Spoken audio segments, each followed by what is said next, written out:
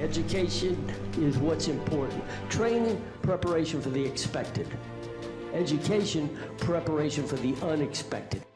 To all who shall see these presents, greetings. On behalf of Marine Corps University, the Marine Corps University Foundation, and the Brute Krulak Center for Innovation and Future Warfare, welcome back to the Brutecast, our series designed to connect the worlds of the warfighter and PME with the best in innovative and creative thought. I'm your host, Major Nate Janikin, Operations Officer at the Krulak Center.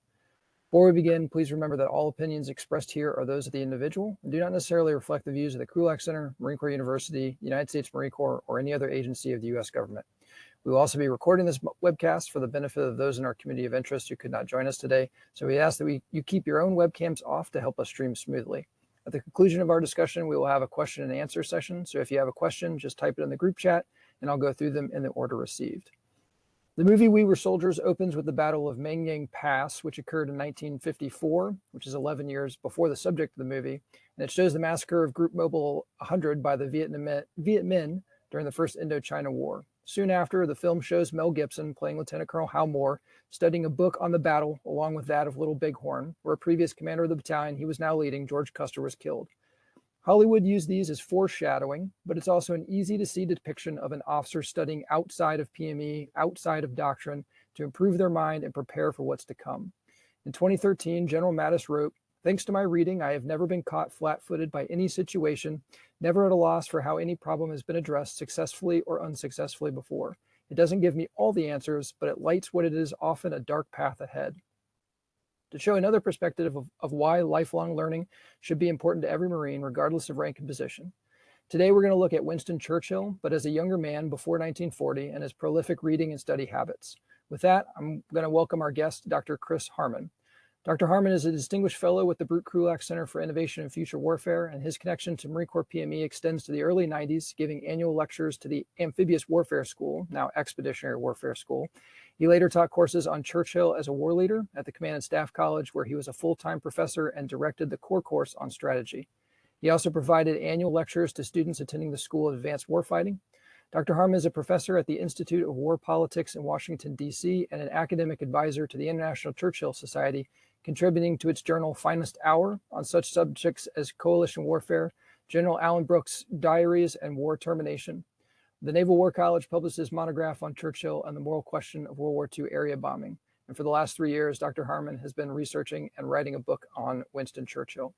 Sir, welcome back to the Brutecast, and I'd like to turn the floor over to you. Well, thank you, Major. It's a pleasure to be back doing something again with Krulak Center, where I remain a fellow. As you said, the U.S. Marines have this long tradition of urging each other to stay lifelong learners, and there's good reasons for that. And today we can reflect on a great leader who had that instinct and that conviction. The cavalry officer turned politician and statesman, Winston S. Churchill. Born in Britain in 1874, he went to some good schools, including a prep school called Harrow. And as a youngster, he was fascinated by toy soldiers and battle stories. And early on, he aspired to become a military man. But while some people only have dreams or fantasies, this was one of those kids who lost no time in doing what he needed to do to fulfill his dream. So when still in school, he actually wrote a 30,000 word essay, 30,000 words, on the campaigns of Marlborough, his ancestor, and the man for whom a grateful country built Blenheim Palace in England. He also wrote another long essay for a different schoolmaster when he was a boy, an imaginary war between Britain and Russia. The battlegrounds included the Crimea, and Churchill would have known all about that because just a generation before, British forces had fought in the Crimea, and that's the scene of the famous but failed charge of the Light Brigade. All Britishers knew a line or two from Alfred Tennyson's poem about, cannons to the right of them, cannons to the left of them, and so on, into the jaws of death. Well, for school projects like that extensive, involving that much thought and writing, it's clear we're dealing with someone doing a great deal of reading. So right away, we can be a little skeptical of the fun he had with us when he writes his autobiography, My Early Life, published in 1930. And there are a lot of passages on his failures as a student. He ridicules his own performance. He makes jokes about how much difficulty he had with mathematics, even though a reader in 1930 would have known he'd spent 5 years by then as Chancellor of the Exchequer, so he could manage math when he had to. He admitted in his autobiography to being terrible at Greek and having troubles with German. Uh, his French was also fairly poor, but that part he didn't admit to. Uh, there are a lot of interesting report cards from those years, and it showed him to be a singular discipline problem. He was a tough kid. But there's something else, and that's what my research has really brought home to me, and that's how much reading he was doing on the side, the unassigned things. The number of books he actually read seriously in his first 25 or 30 years is incredible. Um, Histories, adventure stories, classic novels, poetry, like the poetry about ancient Rome, Shakespeare's plays. He knew well a lot of them by the time he was middle-aged, and he could quote very long passages from many of the Shakespeare plays. He loved Henry V, the great war story, for example. He read battle histories and campaign histories and political histories. He read volumes of speeches as well, by Burke Cochran, for example, an American congressman from New York who was a mentor to Churchill, and another volume by his father. His father had been active in the House of Commons before Winston's time. It's fair to ask, how about his learning? Very well, he's doing all this reading. Is he learning? And it seems clear that he was. He even wrote a few of the authors that he was interested in. As a boy, he wrote to Henry Rider Haggard, who did adventure stories for kids. And as a young man, he actually wrote to Rudyard Kipling, the famous teller of tales of the British Empire in both poetry and prose. And both those authors wrote back to young Winston. He also knew Mark Twain. He had a full set of all of Mark Twain's books inscribed to him from a meeting that they had. Churchill, most interestingly, for an academic like me, he even wrote book reviews. There's many of them. One very long essay, for example, is in exploration of and praise of Harriet Beecher Stowe's book, Uncle Tom's Cabin. And he did forewords to books by authors that he admired or books that were about war that interested him. Well, at about the stage that most people start thinking about college these days, Churchill examined for Sandhurst, the military academy. He was still rather unconventionally educated, and it took him a couple of examination courses to actually get in. The family had to hire him a tutor, but they made the right call, and it was worth it. He became a graduate later, about number 20 out of over 130, I think, at Sandhurst in his class. The curricula there was focused on tactics, fortifications, reading grounds and maps, and some military history. Churchill really liked the riding all the young men did in the afternoons. He was very good on the back of a horse. And later out in India, in fact, he would be part of a champion polo team. All of this is good training, of course, for the business of war, and it showed, for example, when he took part in a successful charge at Omdurman in the Sudan. Well, that's schooling at Sandhurst, which is just west of London. It's running between then about 1894 and 5 for him, maybe a year and a half in that school. He supplemented the education they were giving him by becoming a regular at a local bookstore. Titles he bought there included E.B. Hamley's Operations of War, Explained and Illustrated, a series of books by a Prussian named Prince Kraft, letters on infantry, letters on cavalry, letters on artillery. A note to his father shows he was reading Lieutenant Colonel C.B. Moyne on infantry fire tactics. And he was buying histories of the big war too. One recent one, Franco-Prussian War, 1870-71, was interesting to him, and that would have stirred his knowledge of Bismarck, the famous Prussian statesman. Bismarck transforms modern Germany, of course, and by doing so creates a rather distant martial threat to some other Europeans. But Churchill was also intrigued with another aspect of Bismarck, which was his interest in social welfare and labor schemes. He mentions Bismarck by name in a number of his speeches in those days as a young MP. And he worked in Parliament, as with David Lloyd George, the Prime Minister, to get legislation passed on labor issues and on social welfare issues. So the influence of Bismarck was a mix of that and the Marshall. Now, another great interest of this young politician and middle-aged man too is Napoleon. He read continuously about Napoleon, and he aspired to write a biography of him, although he never began that properly. But as an adult, he bought at least 200 books in French and English concerning Napoleon and his campaigns. And he seems to have come to him to think of him as an enlightened despot, perhaps we could say. Obviously, not the solution for British problems at home, but he respected him, and he recoiled when people compared Napoleon and Hitler because he did have a higher view. I suppose, in part, Churchill was interested in the Frenchman's law code. That was famous, and it was seen as liberal, and traces of it are still evident in Louisiana state law.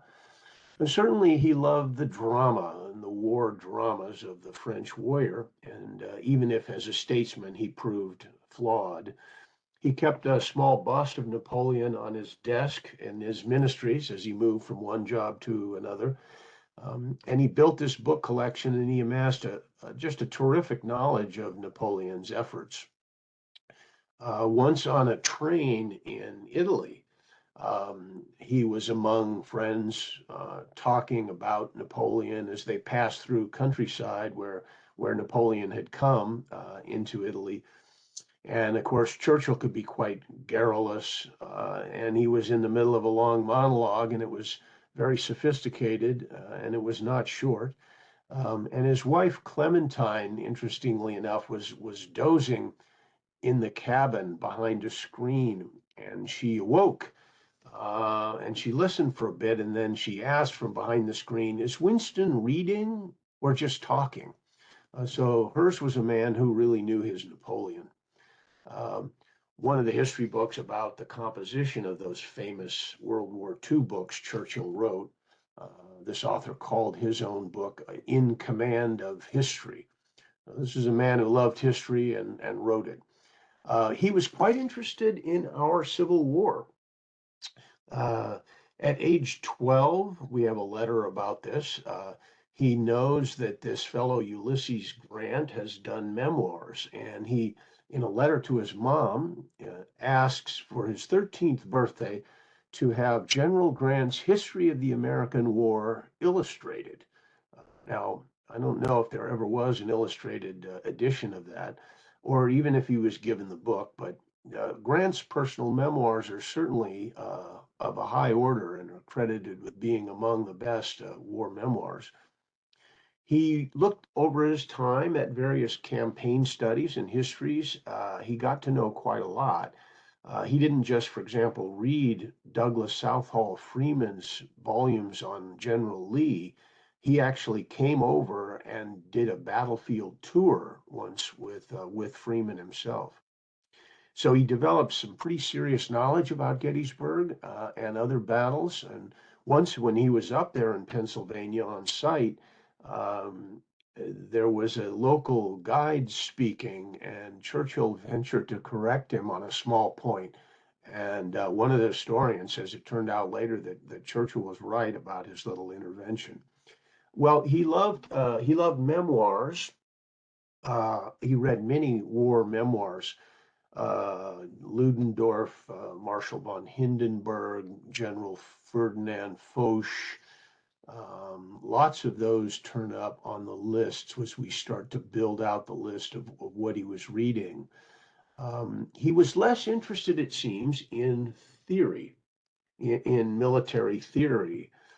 Now, before he was 35, he did own a copy of Clausewitz on War in English, but I don't have any evidence that he read it or ever referred to Clausewitz at all in writing or in speaking. Uh, Many opportunities for getting into some Clausewitz were present, of course, before World War One, when he was often attending war maneuvers, as in Germany, in the early 20th century. As he got more and more concerned by about 1909 about the Kaiser's militarism. Um, and Clausewitz was known in England after 1870, so we might think he would certainly have encountered him in print, but we can't prove it. Another interesting case is Alfred Thayer Mahan. So there is a little more evidence that he read some Mahan. We know he inherited from his father two of those famous books about the influence of sea power that Mahan wrote. Uh, he praised Mahan's work, that's the most revealing thing we know, in a formal memo from the Admiralty to Royal Navy officers. He was displeased a bit by their narrowness, he thought. Extremely well trained, but not well educated. Now, there's a distinction General Gray used to make all the time among Marines. So Churchill was interested in these officers broadening their education beyond things like, say, gunnery or navigation, and getting to know a lot more about the wider aspects of war. And again, he told them over and over again, one way to do that is to study history, study history. Um, there's another sea power theorist beyond Mahan that he would have known personally, the Britisher named Julian Corbett. They weren't friends, but they were certainly acquainted. That seems evident. And he read plenty of Corbett's histories, as, for example, the history of English naval operations in the Mediterranean. And that would have been really instructive for any fellow who had to live through two world wars and in high cabinet posts in both those wars when so much was being done by British forces in the Mediterranean. Just before the war, just before the Great War, 1911, of course, Julian Corbett releases some principles of maritime strategy, which is still studied today at the Naval War College and Marine Corps University and such. It really lays out the British way of war, it was called, and a lot of wide themes like how the sea is used in communications and in deterrence roles, um, supplying army forces ashore, that sort of thing. Corbett also wrote 3 volumes of the official naval history of the Great War, and Churchill certainly knew those. He had every reason to. He was very interested, for example, to know how Julian Corbett was going to represent his own office and his role in Gallipoli, which was a thing that, of course, cost him his job at one point during World War One. So we see a kind of formidable self-education going here. And Churchill brings this reading, this study to his many roles in politics, to his roles in international affairs, to his war making, um, and to his own writing. Um, he did 6 volumes called The World Crisis, just about World War One. it involved tremendous research and very wide study of all kinds of continental authors. And really, no person in Britain at that time was had such a strong combination in these three areas: um, holding high offices, uh, war in the trenches and in the field when he was a lieutenant colonel, and writing the same history of the war. It's really prodigious. And in fact, if you haven't ever seen the World Crisis, it would be enjoyable to go by a library sometime and pick up Volume One, which is just terrific history. Now, it's vivid and kind of exciting, and for that reason, scholars are kind of skeptical of it, and they have some other reasons for skepticism. But I can personally say I don't fully agree with them. I think it's a very good history. It's certainly personal history, and that's its own kind of genre, personal history. Um, so we can see more clearly now, we can see how this man was elevated by grim global circumstances and other things into the prime ministry in 1940, but that he was not there because of how he postured with a cigar or how much his drinking buddies were amused by his one-liners, as good as those were. We see a man who relentlessly prepared himself with great fidelity to be a great man, in fact, doing the long hours of intellectual preparation, developing a great mind to be ready for great tasks. He read also to prepare for his own writing and to prepare for his political life. And he read so that he could write, and he did write. He wrote over 50 books. Ultimately, he won a Nobel Prize. He never quit reading. So he held all those jobs in cabinet, and even as a premier twice, he was continuously reading. Um, I don't know how many people could be simultaneously uh, minister for defense and prime minister and still be reading a novel hot off the press, but somehow Churchill did occasionally. In 1942, the famous American, John Steinbeck, published a book called The Moon is Down. And The Moon is Down is a sort of fanciful illustration of how a guerrilla war might be started by people under occupation by an enemy that sounded a lot like the Nazis. And Churchill read this immediately as it came off the press, and he pushed it around to his staff with a recommendation. We have the printed message by which he did that. It has one typed word. It just says good. Um, right there is perhaps the best and shortest book review John Steinbeck ever got. Um, Everyone on Churchill's immediate staff fully understood that this was yet another prompt for what this minister kept telling them about to set Europe ablaze underneath the occupation by the Axis powers. In a more wide sense, fostering guerrilla wars was something he understood.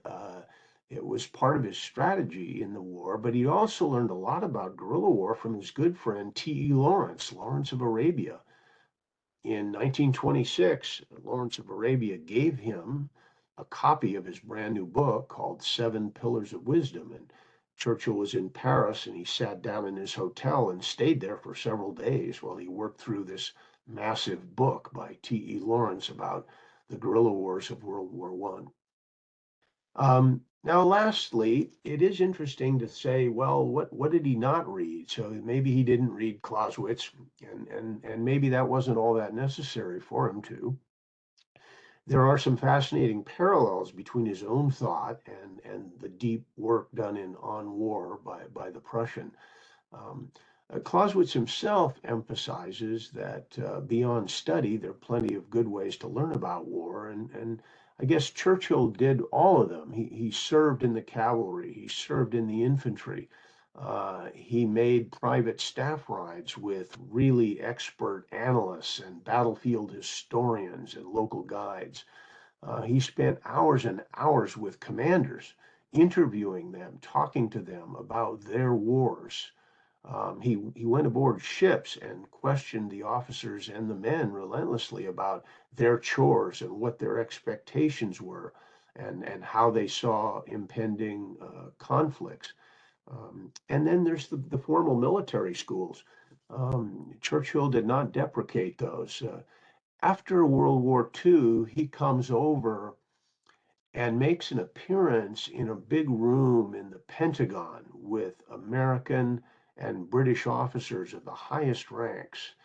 And he has great praise at that moment for the American organization during the war and the American professional military education during the war. It had developed at warp speed during war to meet the needs of war. And he told them, among other things, quote, "I shall always urge that the tendency in the future should be to prolong the courses of instruction at the colleges rather than to abridge them." That's 9 March 1946. So I'll halt myself there, and we can turn to your discussion points and your questions. So I think the first thing I wanted to ask, as we were talking through everything that he's read, you touched on him stepping down, whether it was forced or on his own after Gallipoli. How much of his self-education came out and influenced the way he dealt with others? And I think the way I'm comparing it is there's stories of Hitler being called the Bohemian corporal by some of the more senior generals on the staff. Just the way he was heavy-handed in how things were run. Was that kind of similar with Churchill, seeing as how his military experience was far less than say Montgomery or Alan Brooke? Yes, well, he could be quarrelsome with military colleagues, to be sure. He could also be very indulgent. If a man knew his stuff and was just fresh out of the trenches or something, Churchill, when he was a commander in Belgium, he would sit and listen for a long time. He could do that as well. He was more famous for talking. He was a micromanager, which irritated some beneath him and some above him. No question. He's definitely a micromanager. And there were plenty of people who thought that got him into trouble. For example, he had an appetite for military and secret intelligence, and he read an immense amount of raw intel. And the experts would always warn you that, you might not have your perspective correct when you're reading the raw intercepts, but he read them anyway and cross-questioned people about them. Um, with the big generals, there's this kind of generalization we can make, I think. When he pressed them frequently and sometimes relentlessly and to a point of real irritation and exhaustion, especially at night, because he worked long hours and took a short nap during the day. So there were conferences at the end of the day, 11 p.m., 12 p.m., 1 o'clock, and we're still talking about, the Eastern Mediterranean or something. And some of the generals were just found this death. So he did irritate some people. Alan Brooks' portrait of him is most vivid. Uh, Imagine a partnership that intimate, 3 or 4 years there where they're working in harness all the time. Um, at certain points, Alan Brooke praised him very highly, but what gets into the academic literature is the journal entries that he made privately. I mean, privately, where he expressed a deep frustration with Churchill, sometimes anger, and sometimes contempt. Interestingly, Major, his contempt that he would show sometimes for the prime minister also showed for a lot of others. Um, he did not respect George Marshall. He did not respect a number of the Brits in senior positions. When they had a big conference with Chiang Kai-shek and the Chinese at one point, he was appalled at their lack of preparedness and their lack of kind of strength as to what their views on what should be done in the Pacific theater. So there were some sharp things said by Churchill. They're quoted all the time. But Alan Brooke in his diary said a lot of other things very privately that were very strong too. They had great respect, and it was a great team actually. So I think my follow-up question is, if, Churchill was sounds like a voracious leader or a reader and studier, and kind of had an eclectic mix of things that he enjoyed to learn about and read about. Is there anybody comparable on the U.S. side that maybe had the same attitudes towards it? Or did he view folks who didn't do that in a different way? Someone who didn't maybe read as much or study as much? Well, he couldn't have known Jim Mattis, which is too bad because I've seen Mattis lecture a few times, and he certainly deserves his reputation for a famously educated, widely educated person. Um, yeah, the partnerships he shared with in the field and in the offices show that he did like to speak about books a great deal. For example, he was very interested in the World War I poets, Siegfried Sassoon, Rupert Brooke. Brooke actually worked in the Royal Naval Division once, which Churchill had set up, but then Brooke was killed in the Mediterranean, and Sassoon had a famously hard war and was very mentally wrought by it. He read their poems, and especially through a real literature type, a real guy really wired into academic circles in London at the highest levels where they translated foreign books and so forth. A man named Edward Marsh, was a close friend of Churchill, and they talked about literature, and they'd go to music hall things and operas and opening nights at the theater and such. So he did keep a wide circle. Interesting story about the Rupert Brooke business. Sassoon rather. His story was he did know him, and Sassoon's poems were not always predictable for a soldier. Some of them had a very strong anti-war tinge. And Churchill knew, for example, when a new volume came out of Sassoon, he pretty well memorized the whole book. And at times, this was, still in the late stages and right after World War One. He would recite these and when he was sitting around, having a drink with people. And at one point, his brother warned him, saying, the command might not really like you to be quoting this kind of lefty poet. And Churchill dismissed the whole idea. He thought that was silly. He thought it was, he said, I'm not afraid of Siegfried Sassoon. I'm afraid of people who don't read.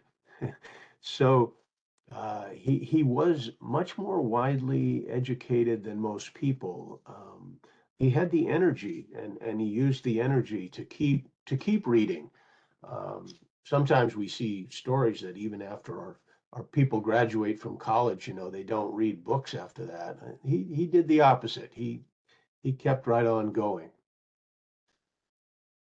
So I think that's a good segue into the first question that we have from the chat. So Nayla says, I've always been fascinated that Hitler did not apparently study Napoleon, as he made the exact same mistake Napoleon did when he came to attacking Russia, the Soviets, in the winter.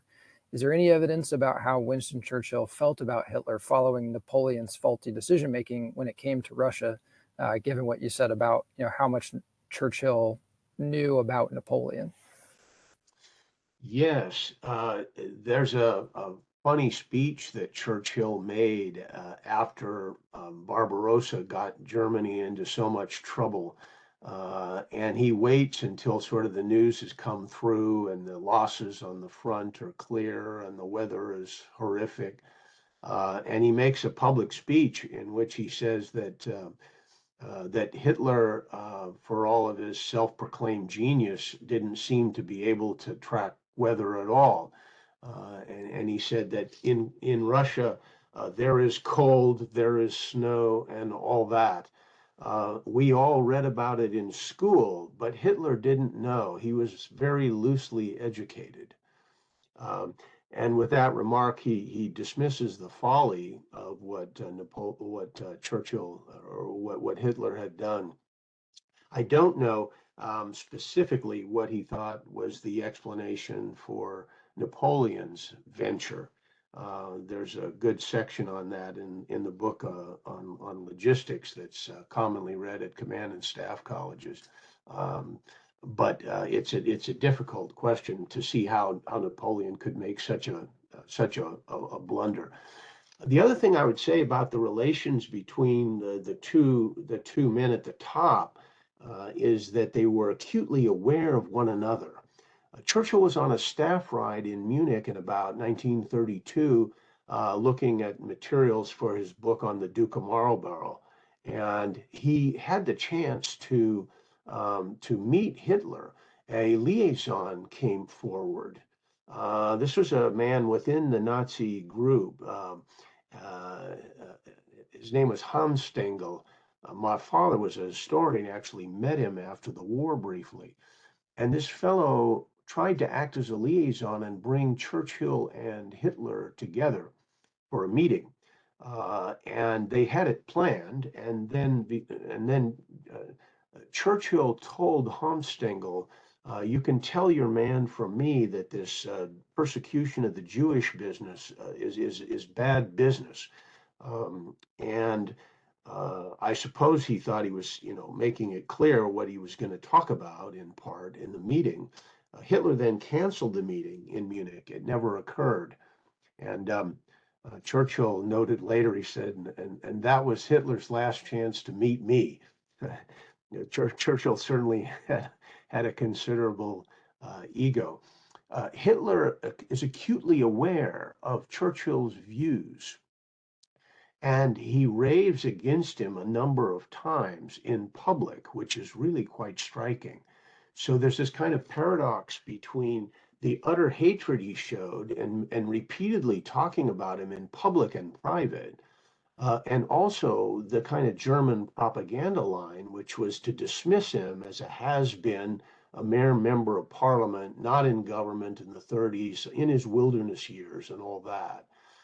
And so you have that sort of odd paradox, but the hatred was clear because Hitler could see just as well as a typical voter in Britain can see that this was the man who was the answer to appeasement. And so, of course, Hitler hated him. So we'll take a different vein of questioning here. So Albert asks, and I think this will be kind of twofold. We'll get your viewpoint on the question, and then we'll see if maybe Churchill had some viewpoints on it as well. So Albert asks, what recommendations or tips do you have for retaining the discipline to frequently read? He says, I read digital books, PDFs, and reports often, but I'm in if I work more and I take more home, I can buy more physical books. Feedback loop that means my physical bookshelf grows far faster than my reading of the books on them. So did Churchill offer any recommendations or tips for how to do that? How he balanced reading and his jobs? He did. He bought books frequently, and even when he was in debt personally, it was an investment that he made, and he was willing to buy them. He did more of that than he did borrowing, which would have been the cheap way. And one reason was that he really felt like you should be building a library as a professional and not just reading. He kept books that he bought. He bought more than he could read. He jumped at chances. One time he was in France and he won about I forget the amount. He won a lot of money at the gambling tables at a casino. And he just left with this money and he went to two Paris bookstores and he bought something like 250 books in French and in English. Um, and in those years of kind of 1905, 6, 7, 8, he was buying a great deal. He had a parliamentary salary, which was measly, but he had a great income from writing because he was becoming a popular writer. he had troubled himself to do a bunch of books already by age 30 or so. And so he had some royalty income and he wrote for the popular press. So this is the kind of money he spent. He did have more books than he read. Uh, he would buy collected sets, for example. If he really liked a particular novelist, he might just buy the whole collected works. So sometimes, as with Mark Twain, we think he read the whole thing.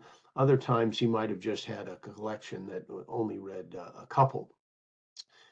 He had an advantage you and I don't, which is that he was famous. And so people sent him books.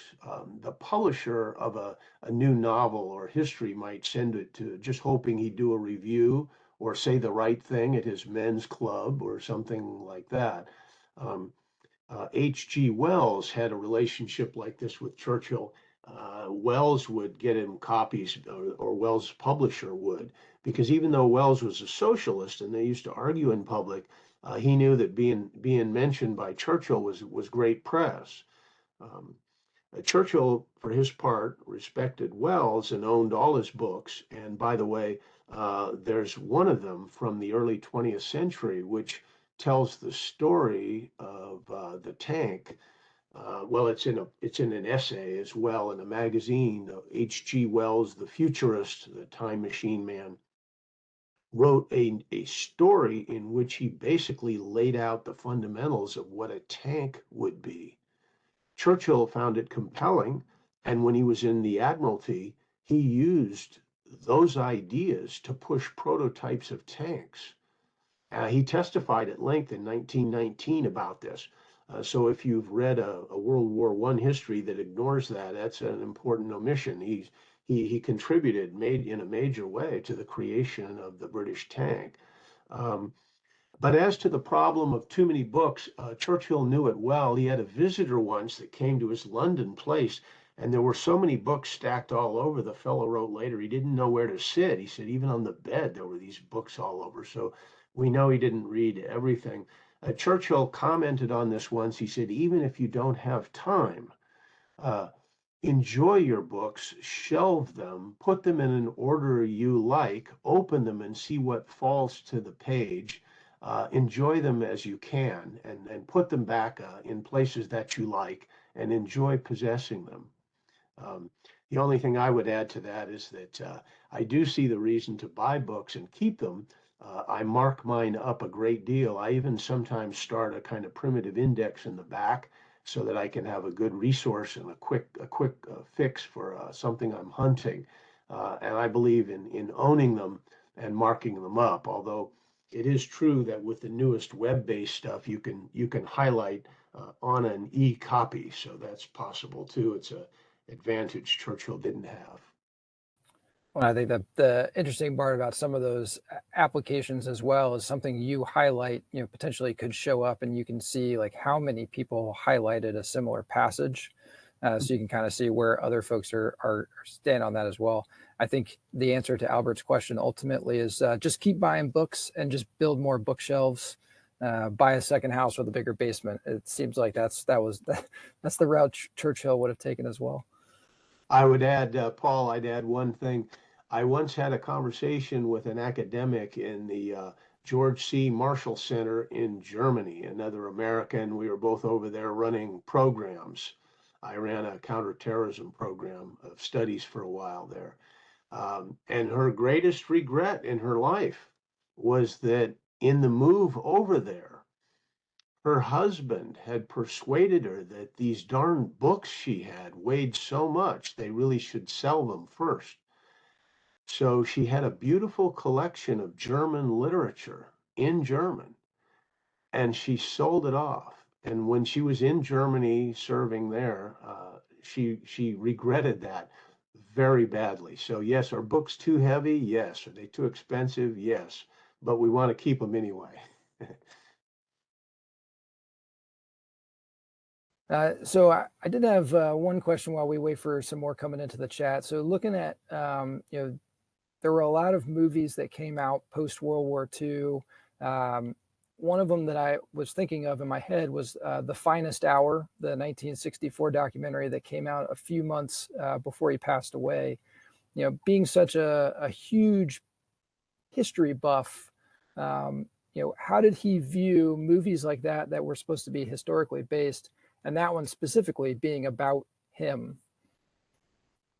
I'm not sure about that one in particular, but I can say that he loved movies. He saw one probably 5 or 6 times a week at least. He had a little theater built into one or two of the places he worked or lived so that he could watch on a serious screen. And they would get copies, and then of course, you had to run the film, so you had to have a projector and a person who could do that. But for example, it was routine in his working days to, even during the war, to hold a dinner in which a lot of business would get covered. But then late in the evening, they might well watch a film. It was hard on some of his generals because sometimes after the film, he still wanted to work. But um, he would see many of them. He loved That Hamilton Woman, which is a movie set in Napoleonic period about a great British admiral. And he loved Henry V, and there were quite a few other war films that he liked a great deal. But he also watched other things. He watched some claptrap. I mean, he loved things like the Marx Brothers, if or of that caliber. He was personally a friend of Charlie Chaplin. Chaplin visited Chartwell, and they talked about film. And actually, Churchill wrote or co-wrote a couple of film scripts, including one or two on a king and one on Lawrence. He hoped to see a great film come out on Lawrence. Now, that never appeared, but it did later, as everyone knows, the Peter O'Toole rendition. A story like that was a long time coming. There were quite a few efforts after Lawrence's death in the 30s or so to kind of create a masterful big life picture, and most of them never came to fruition, although one or two did. He was very close to T.E. Lawrence and respected him greatly. Um, One of the things that's most often said about Churchill is that he made a mistake, made after another mistake in the Middle East after World War One. I don't think that the greatest book on that, A Peace to End All Peace by David Fromkin, is quite so critical of Churchill, but a lot of people are critical of Churchill on the Middle East. But it's worth remembering that while he helped draw boundaries, which some thought arbitrary, he was working with T.E. Lawrence. He was working with Gertrude Bell. He was working with some world-class experts on the Middle East. So the British were not untutored as to what their policy interests were and how they were trying to sort out what happened. It was awkward because the collapse of the Ottoman Empire had everyone trying to get their piece of the pie. So the Brits had a difficult time with that. But the close relationship with the famous author T.E. Lawrence comes to mind because it's in our wheelhouse of books here. Um, the Lawrence book was released very privately and then in repeated editions in very large format, and is still read today as a good serious study of war, although it's not read in military schools, but it's read by general readership. Thank you, Paul. Yeah, I think his interactions in the Middle East and then in India as well kind of brings up the question that some folks ask. Was he an imperialist or was he a racist? Which I think is an interesting question. Based on the amount that he read, it seems hard to believe that he was actually a racist and tended more towards just the British tendency for imperialism, especially at that time, coming towards the end of the British Empire. Yes. It was its own era, wasn't it? We now think race is about the most important social question there is. At his day, they had others in mind, including labor rights, including suffrage for women. Um, So he was, the first part of your question is easy to say. Yes, he was absolutely an imperialist. He thought so well of the empire that after it became the Commonwealth in the late 30s, he still used to refer to it as the empire. That's how he wanted to think of it. Famously, he declined to let India go independent. This had nothing to do with race, however. It had to do with his sense for the empire, his sense for what a dominion is, his sense for what an independent country would be. He struggled brutally with many of the Irish over the questions of their status within the empire. And so that clearly didn't have to do with skin color. He was around mostly, whites and Anglo-Saxons and European whites and Americans, most of his life. He didn't make silly statements about having, brown friends, but he didn't have, mostly. As to the question of racism, there's a lot said, and most of it's unsupported. Most of the comments I've seen are allegations that are not well founded. A great historian of the British world named Andrew Roberts did a major investigation of this very recently. And he only found about one case in which he thought Churchill made what could be called a racial slur. I've seen one that I think was regrettable. But this is a public life of 60, 65 years. I mean, 62 in Parliament alone. So it's not surprising that anybody might slip. Uh, I think the way he'd like to be remembered on the India case, which is difficult, is that he was a fierce opponent of Gandhi, that he never respected him, but that changed during his life. When he got to know more about Gandhi and realized that he had done a lot of advocacy for the untouchables, which is not exactly a racial group. It's a Hindu caste, but there are a couple of 100 million of these poor folks. When he realized that Gandhi was a supporter of the untouchables, he said publicly how much it improved his view of Gandhi. And a major spokesman for Gandhi came to Chartwell and spent a day with him, and they talked all this out. And the man went away and wrote up Churchill as a real friend to the Indian cause. The last thing I would say is if he made some missteps on India, a part of it could just be ignorance. He wasn't well enough in tune with India and its aspirations for independence. After he'd been there as a young man and he helped defend the borders, which is good, they should like that. When he left, he never went back. He didn't visit Australia during his life. He never went back to India. He didn't see the rise of Japan very clearly. He wasn't studying Asia as much as we would like to him to have done. So there was some ignorance about Indian politics, and he found it easy to stick in a kind of conventional place. And that cost him with his party. I mean, the Tory party eventually went against him on the India cause. He was a minority even within the Conservatives. Yeah, which I think is a great kind of example of why you don't want to necessarily, you sort of need to cast a wide net on the things that you study and read about. But it can kind of, the phrase, a jack of all trades, but when you finish that, a master of none. That's what happens when you cast a wide net, but then you come into the same problems of, if I don't cast the net wide enough, I don't study, all the things that maybe I do need to study. Yes, yes.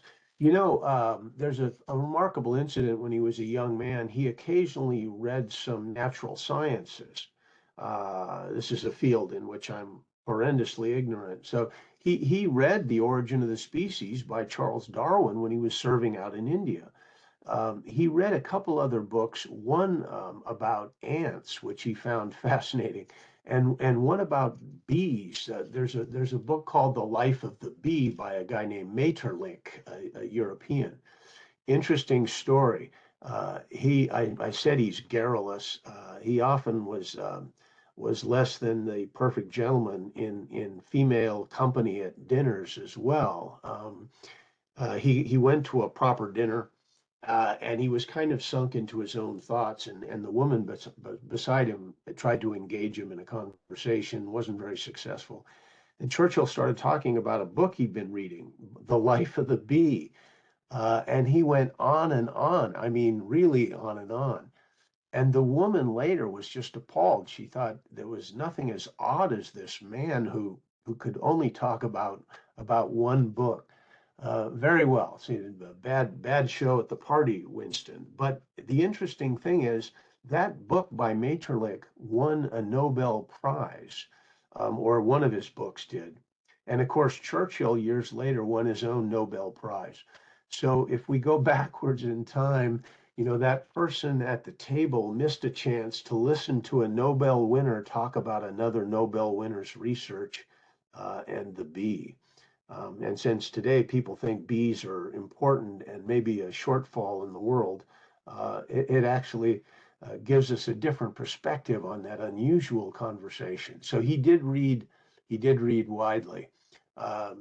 And he didn't read a lot about animals, but he loved animals. He had all kinds of them at Chartwell, and he raised everything from butterflies to geese to fish to pigs. He was quite happy in an animal's company. So while we're closing in on the end of our hour, I just wanted to give you an opportunity for any closing comments you wanted to make. I am very pleased to spend this time. If I had only one thing to say, I would say that the demands on a person's time when they're in our armed services are very great. There's a lot to do with physical training, a lot to do with intellectual discipline. Many officers I've heard exhort young men and women in the Marines to be good family people, to never forget the family. That's very true, but it's hard when you work for a difficult boss and you have long days. So I am impressed with the education level of many of our officers. They often are involved in graduate work at their schools, or they're taking outside school degrees while serving in the Corps. And I respect that a great deal. I think our officer corps is more highly educated than most citizens understand. And that's impressive to me. And so I do hope that Jim Mattis remains in our forefront of our minds. I did know General Gray, who created our university. I know how widely he read. I remember when the commandant sent every officer in the Corps a copy of Sun Tzu, which is a book I still teach. And so these are difficult things to do in terms of the effort and the time involved. But the education of a Marine is very important to me, and I hope we keep at it. Thank you, Major. Thank you, sir. Thank you very much for your time and your insight coming here to coming back to the Brutecast to talk. Thanks to all the folks who joined us in the chat for the conversations we had there and your questions. So that's all we have for this episode. So go ahead and carry out the plan of the day. Thanks for joining us. As always, we depend on support and feedback from the Team Krulak community to constantly improve our offerings and reach a wider audience. So if you have feedback on this episode, please take a moment to fill out the survey linked in the show notes to help us do better. Also, if you have enjoyed this episode, please hit the like button and subscribe to our channel on YouTube, or leave us a review on the podcast app of your choice. It truly does help us reach a wider audience. Thank you as always for your support, and we'll see you on the next episode. Education is what's important. Training, preparation for the expected. Education, preparation for the unexpected.